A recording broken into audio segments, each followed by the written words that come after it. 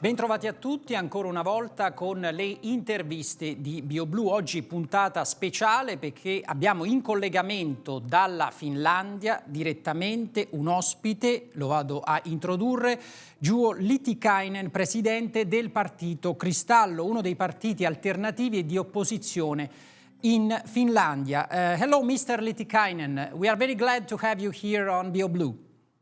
Hello, and nice to be here.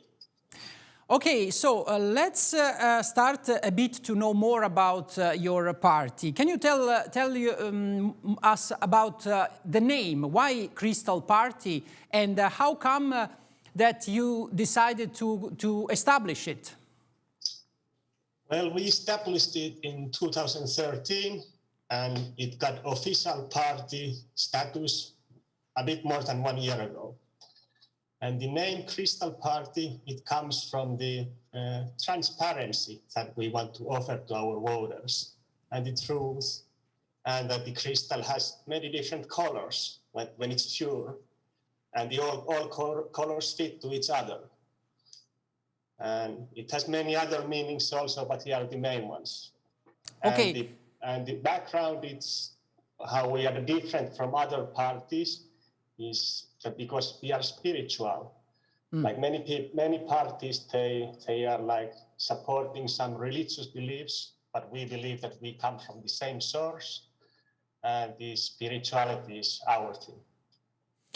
Okay, so let's talk about some current issues. We can say that the Finnish Prime Minister, Sanna Marin, has become a kind of pop star because almost all media, mainstream media, are talking about her. She's trying to move, to push Finland into NATO. She was even in Italy not long ago to meet our Prime Minister Mario Draghi. So how do you see her moves? I mean, how do you see the fact that she's trying to push Finland into NATO? And what is, according to you, behind this operation? Well, for me, Sanna Marin, she has made like 180 degrees turn to what she was like 2009, for example. I think she has been like against NATO for a very long time, and against also this kind of medical mafia that is now all around the world. So we in Finland, we are like a bit surprised what she's saying, because she's totally different person than what she was before. For our point of view, she's making really big mistakes all the time for our nation's point of view. Yeah, so can you tell us, please, is there a support in Finland for her? Because according to Finnish national television polls, the majority of Finnish people support Finland into NATO. But is this true? Could you really say that a big part of Finnish society sees NATO as something positive, or is there also a strong opposition to this joining NATO? Well, we have like only one-eyed media. It tells only like one side of the story. And a few years ago, when they were making polls about NATO, like 60 to 70% of people were against NATO. But now the media has been pushing all the time pro-NATO, and it silences all the criticism. And the polls, they have not done it now. And the poll that they made, it was only made with 1,000 people. And the company that made it, it was like corrupted. It's owned by a politician. And when you follow the owner status of the company, there's also these international bankers. And they are saying us that it's the citizens who wants to go to NATO, but no, they have not asked from that about us. So what is the atmosphere among people in Finland, the society? How people see Russia and the conflict between Russia and Ukraine? And people is really brainwashed here also. Like, it's been this constant fear-based media now several years. And like, it takes a lot of courage to say something about it, but it's much easier to follow what the media is saying. So what we are seeing now is that like the media is pushing us all the time against Russia, like, and it's mainly like like they are like pushing racism towards Russian people, and we can see now it everywhere in Finland. Like people is like acting really dumb ways. Like this is not how humans should act. And like it's also like if we are saying something like, hey, what Russians like? What do they think about this? If we want to have the bigger pictures, they are putting us labels like you're pro-Russian, you're Putinist, or whatever. Like, but we are pro-truth. We want to see like what everybody thinks and like where goes the truth, honesty. So and that's missing from our media completely now. Clear. So if I understand well, in Russia, in Finland, you have the same situation more or less like in Italy. If you try to speak something critic against the government or their policies, you are labeled like a pro-Russia organization. Exactly, and we have really much media censorship. Like for example, when Corona started, I started to make YouTube videos about it. And I was just like telling what the official data is showing. And then after a while, my YouTube channel was censored. I had like 5,000 orders, followers there, and it got like a lot of,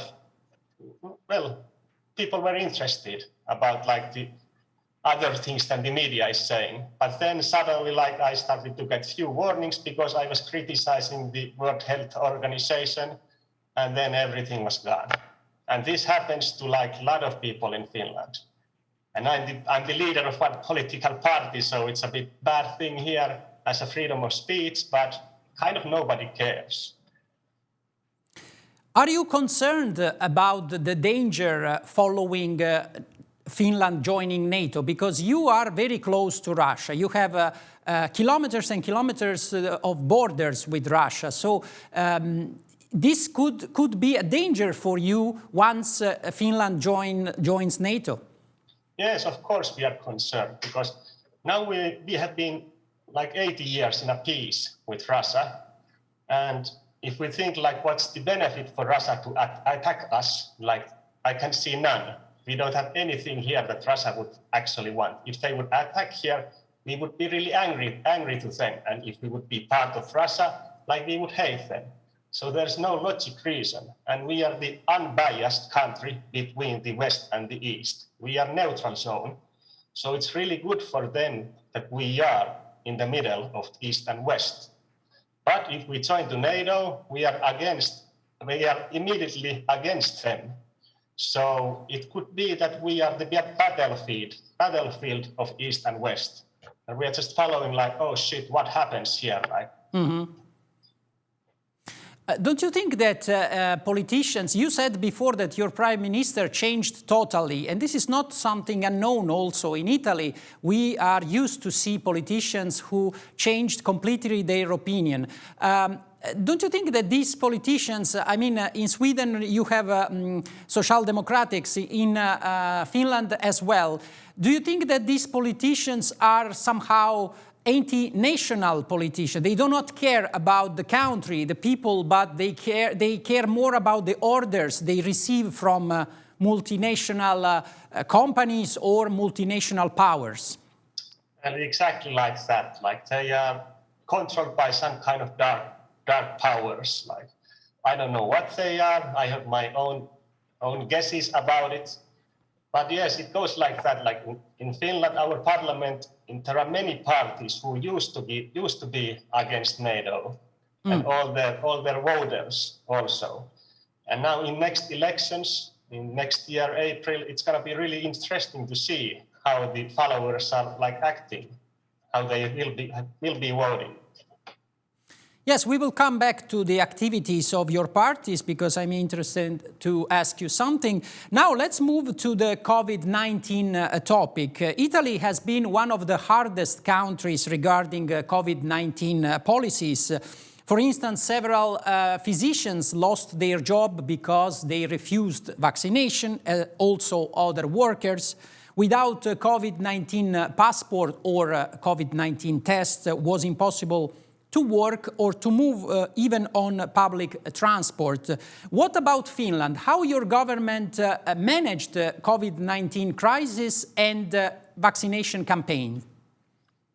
Well, in Finland, it was much easier than in many other countries, but still it was a mess. Like this kind of mask, like the people had to use them, like, but it was strict order that we have to use it, but still it was like voluntary to use it. So nobody kind of knew where the real limits goes. And the police was giving fines, and when people is not like paying the fines and saying this is not legal to give me the fine, they don't have to pay, and it doesn't go to the court. And I think this happens in many other countries. But like the healthcare workers, they have now this thing that if they don't take the vaccinations, they are not allowed to work.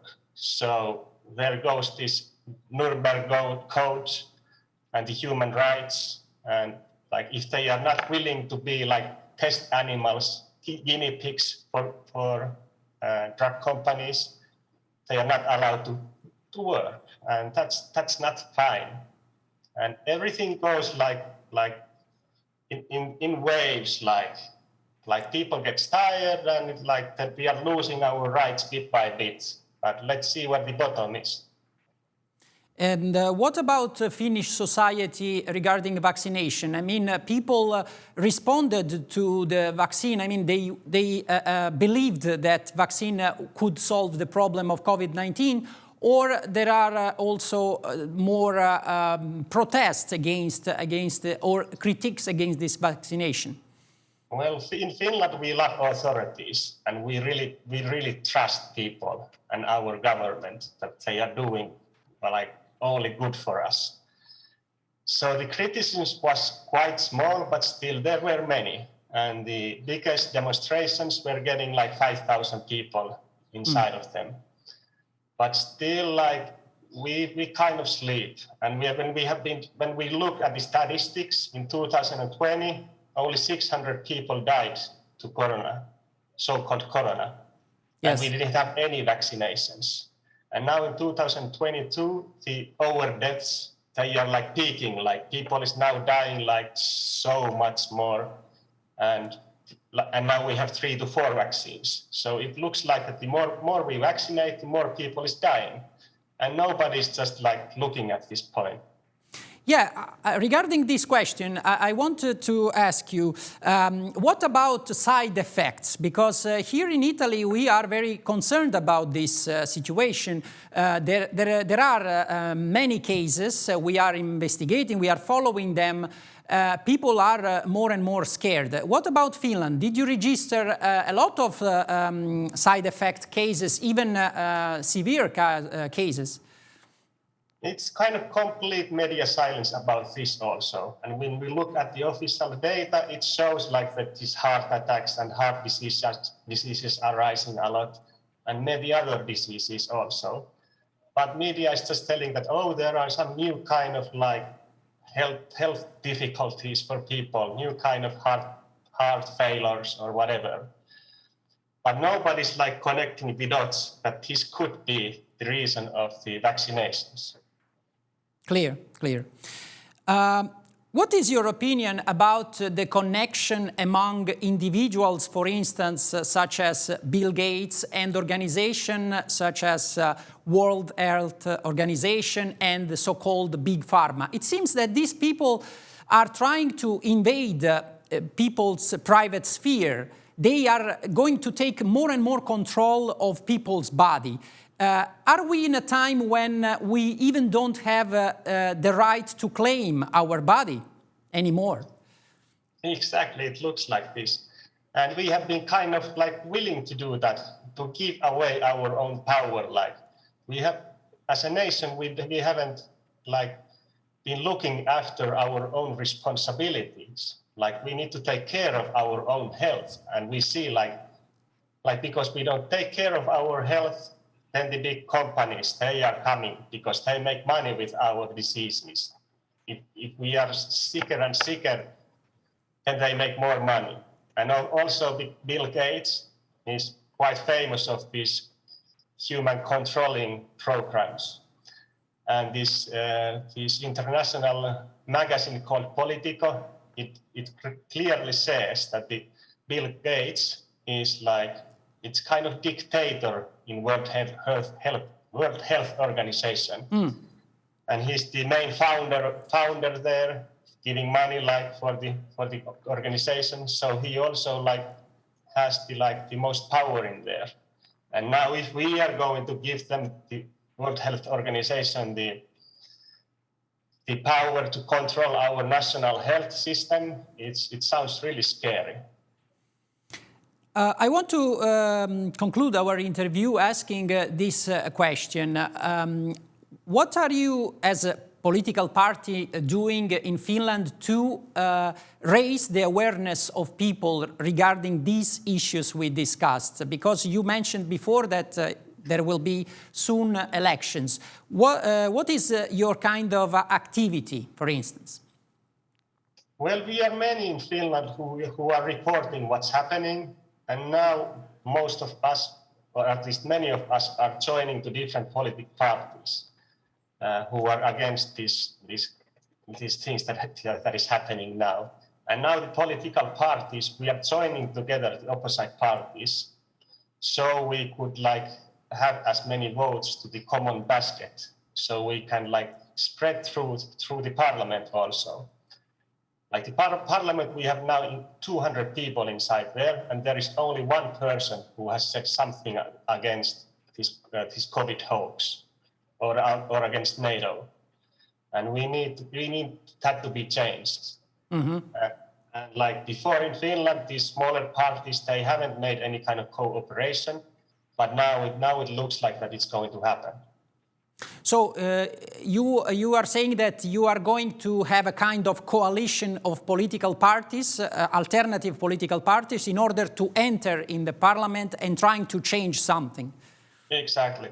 And we have been already like doing cooperation, like common interviews, and we meet many times in the demonstrations, and we have a good atmosphere there, even though we are in different political parties, because some small minor aspects of our beliefs, but still like I have the hope that like everything is going fine, and all the time people is waking up more and more. Thank you very much, Mr. Liitikainen, for being with us here on Byoblu. We were very interested to hear what's going on in Finland, and we wish you the best for your activity. Thank you. And I have to say that this was the first time when media contacted me to television. Like in Finland, we are totally in media blackout. And like, thanks for this. We are very glad. We are very sensitive to all those people who try to do something to change in their country the situation against this big manipulation. So thank you very much. Thank you. You are doing important work. Thank you. Vi ricordo ovviamente che potete recuperare questa intervista anche sul nostro sito all'indirizzo www.byoblu.com. Vi ringrazio a tutti, vi do appuntamento alla prossima.